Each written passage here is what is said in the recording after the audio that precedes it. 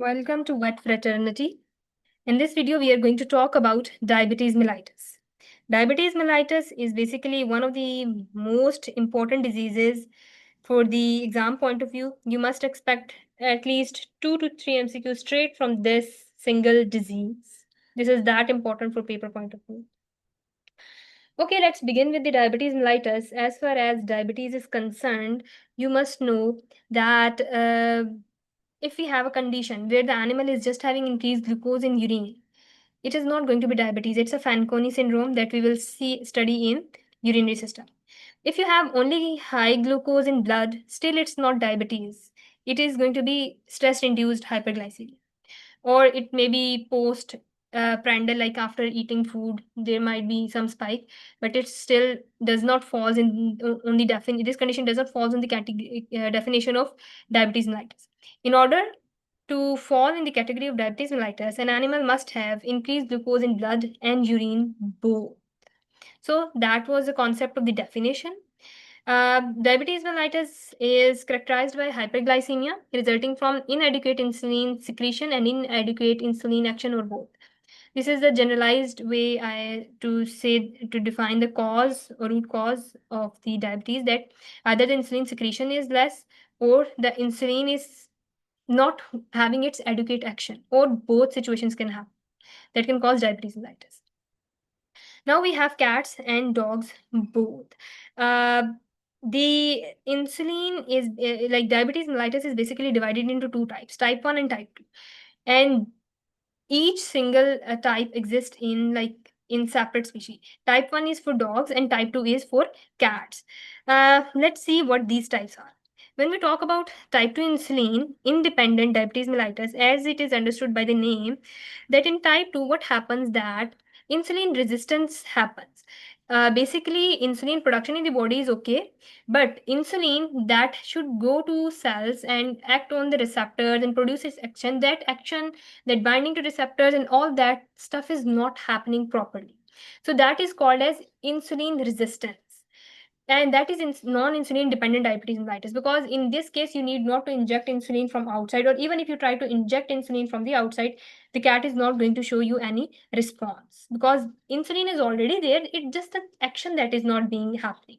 Similarly, for the dogs, that is type 1 insulin dependent. It means that whatever cells that are beta cells, we know that insulin is produced from the pancreas. It have pancreas has islets of Langerhans. In those there are beta cells. Beta cells basically produce the insulin. So the those cells are having any destruction or any loss, anything happened to those cells, that they are not producing insulin. So now if you inject insulin from outside into the body of the dog, the dog is going to give you the response. That means the insulin dependent diabetes mellitus.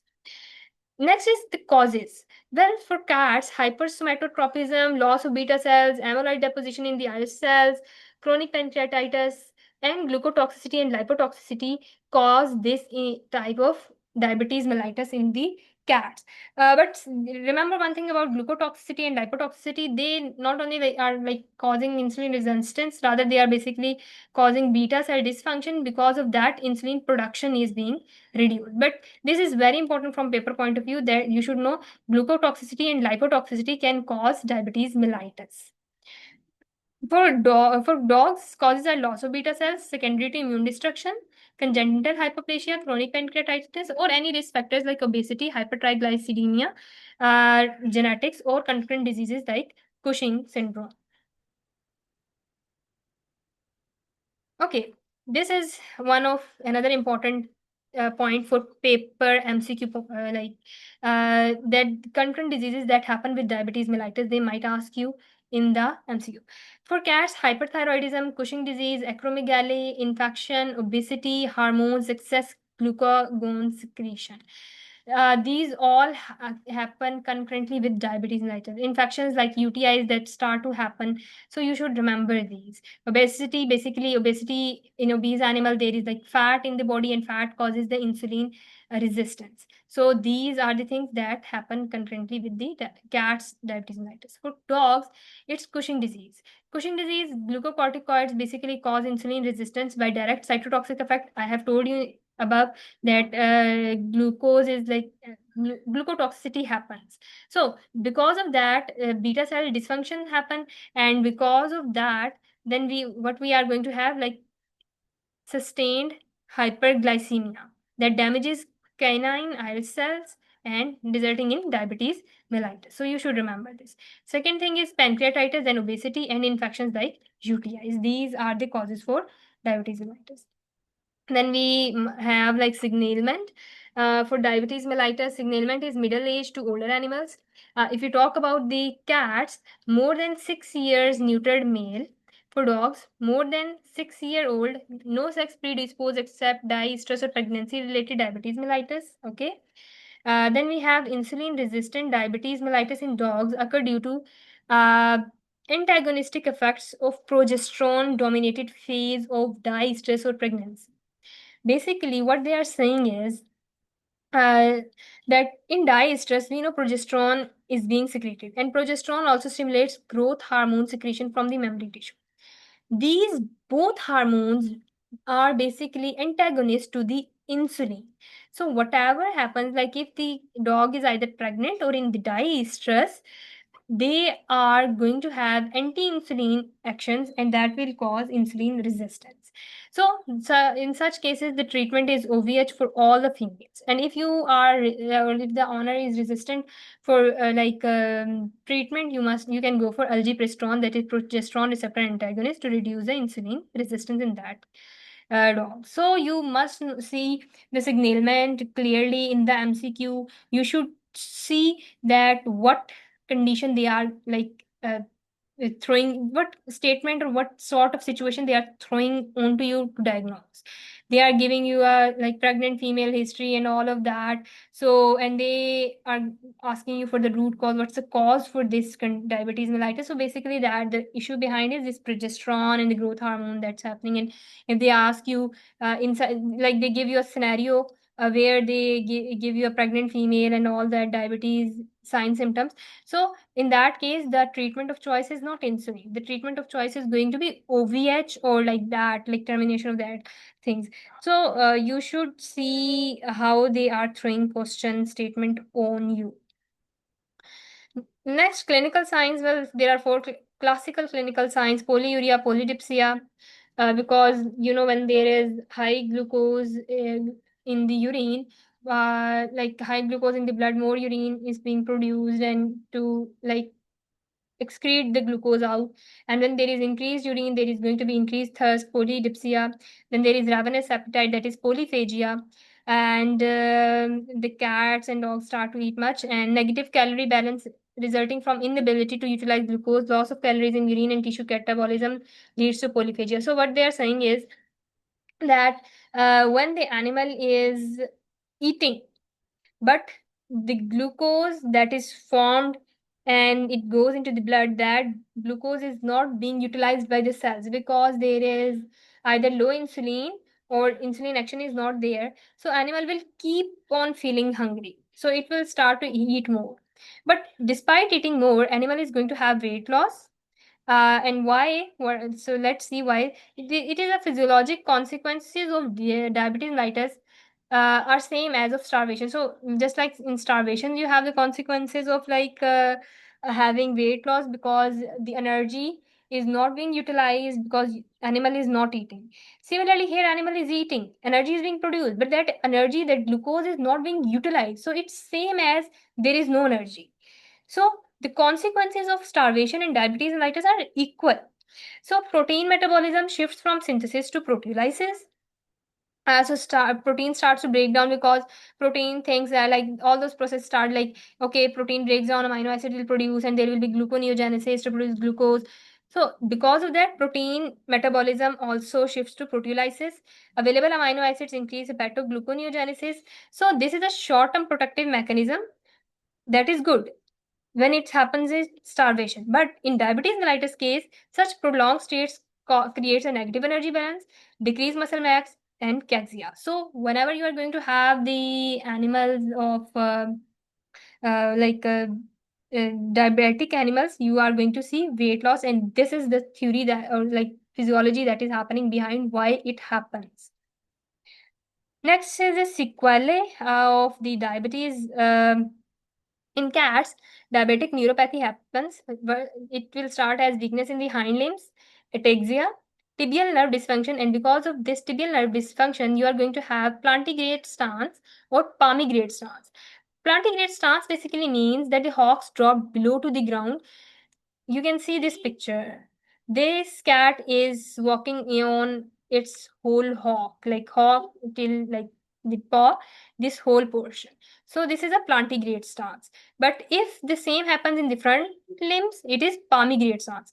I have seen a lot of students like they just fix their uh, focus on just the plantigrade stance for the case of diabetic mellitus, but palmigrade stance can also happen, and this is also very important thing for from paper point of view. You might see that MCQ comes in the exam and there is no plantigrade stance, but there is palmigrade stance. So both can happen in diabetes mellitus.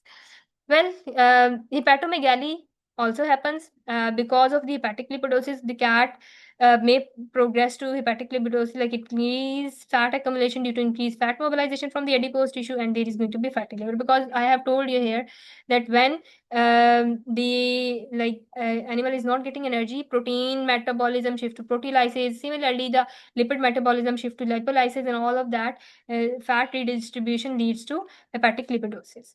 When we talk about dogs, dogs are having such a like specific sequelae, that is cataract, and this is, you should remember, cataracts are very difficult to prevent once diabetes mellitus happens in the dogs. The cataracts happens in the dogs only, and they develop within 6 to 12 months of diagnosis of the diabetes mellitus. Because, and why it happens, because of a sorbitol pathway of glucose metabolism in the lens start to get opacity and disruption of normal light transmission. Because of that opacity, the normal light transmission uh, gets affected. Here you can see the cataracts in the dog. Then comes the diagnosis. As far as diagnosis is concerned, there is going to be hyperglycemia, of course. The cutoff values for dogs is more than 180 milligram per deciliter. For cats, it's higher. That is more than 280 mg per deciliter for cats.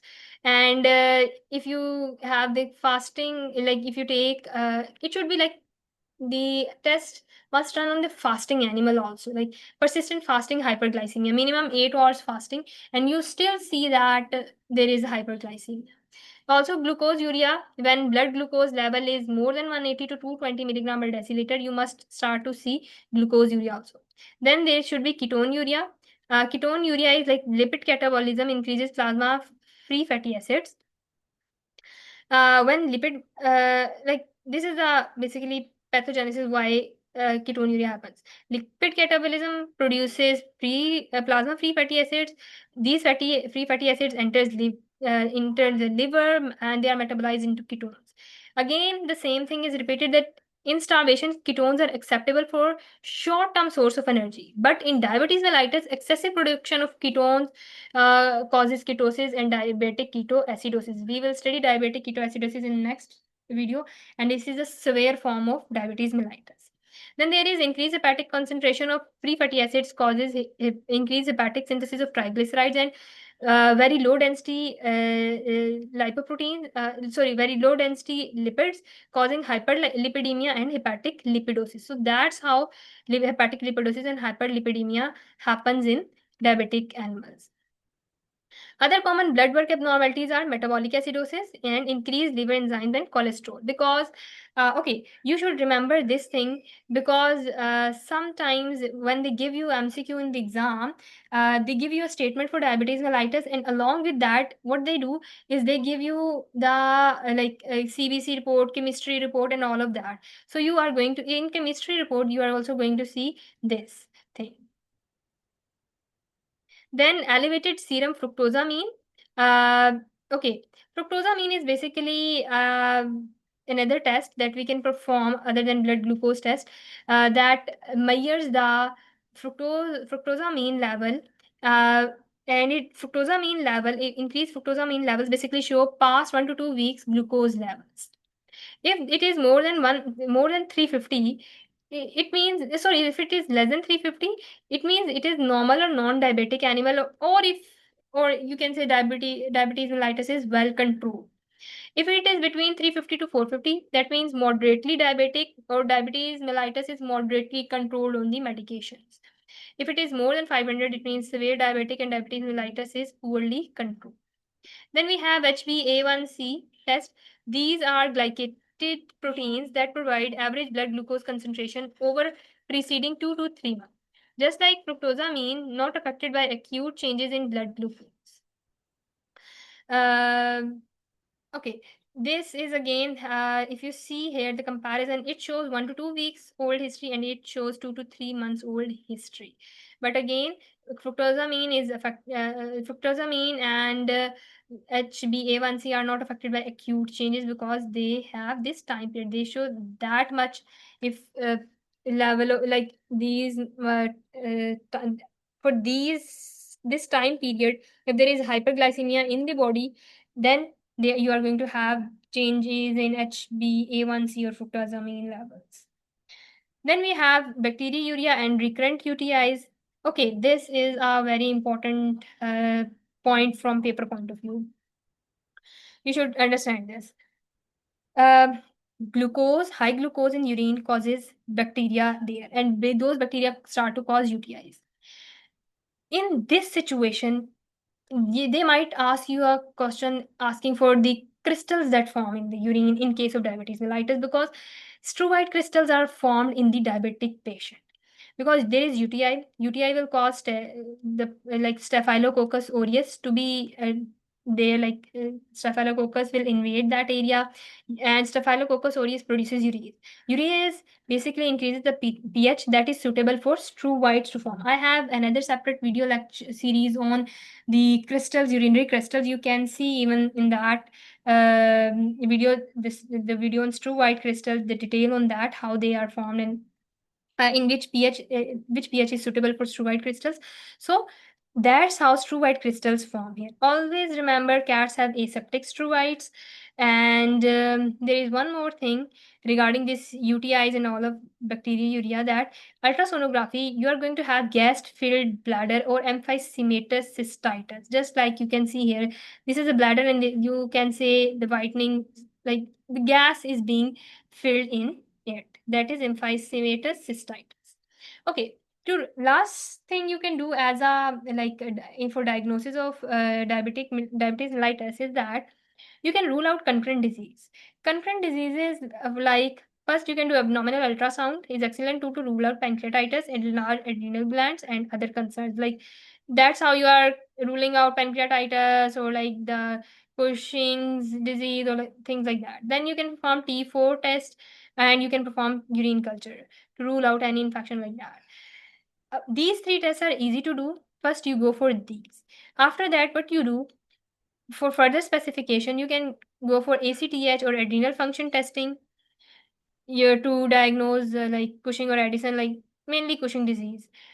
Then growth hormone to differentiate or diagnose like acromegaly. Then CPLI for like pancreatitis or like that. So these rule outs are also very important. Then talking about the treatment, exogenous insulin therapy, dietary changes, exercise, and prevention and control of concurrent inflammatory, infectious, neoplastic, or hormonal disorders is the whole treatment goal for diabetes mellitus. First thing you are going to see over here is the whole chart that lists the insulin. Basically, we have these types of insulin: regular, neutral, protamic, hagedron, porcine zinc, that is called as lenti, protamic zinc, PZI, glargine, datinine. These all are the insulins. And these all insulins are used subcutaneously except for regular insulin, that is IM or IV. This is short term, this is intermediate, and these three are long term insulins. And you should know these things. This is very important. You should know the names, the routes, the which one is short term and which one is long term insulin. And talking about dose rates, okay, dose rate for this, I am going to suggest you to remember the dose rate of this thing. Like you must have the idea, especially like you can just memorize rough idea about 0.25 to 0.5. This is the same, this is the same, this is the same. And it's so more, these three, 4 have same dose rates. For this one, it's different, and for regular insulin, it's different. But sometimes there are chances of any, like, if in case any like MCQ for numerical type happens, you must be able to calculate that, because it's not that difficult. It's like just 0.25 to 0.5 per kg insulin, PZI insulin. I will show you an MCQ further that might help you in knowing what I want to like share with you, that how it is important for the numericals. But one thing about these insulins is that the regular insulin is the only insulin that is used in hospital. Other are can be used at home or at hospital. So this is a hospital insulin, you can say. And there is one thing that you are never going to use long acting ones as a CRI. Regular insulin is mainly used as a CRI. Others are not used, especially long actings are never used as CRI. And there is one more thing you should remember, that ultra lente is a long acting, but it's less potent. Regular insulin is immediate acting and it is potent. That is why we use it in the hospital, because in case of emergency, we just give the animal and get the results. Next, what we have is a Neville style MCQ. An 8 kg cat is presented to your clinic for treatment. You wish to administer lente insulin. What is the starting dose and when to repeat? So the starting dose is 1 to 2 units per cat, regardless of body weight, and the frequency is every 12. So administer 1 to 2 units insulin to the cat and repeat the dose after 12 hours. So that is what insulin is. Next we have is glucose curves. Glucose curves are also very important from the MCQs, because they give you situations and you have to decide how you are going to change the insulin, whether you have to increase its dose, decrease its dose, and it is a very, very important concept. So, but we will discuss this concept in the next video. And for now, I'm stopping this lecture right now, and in the next lecture, we will start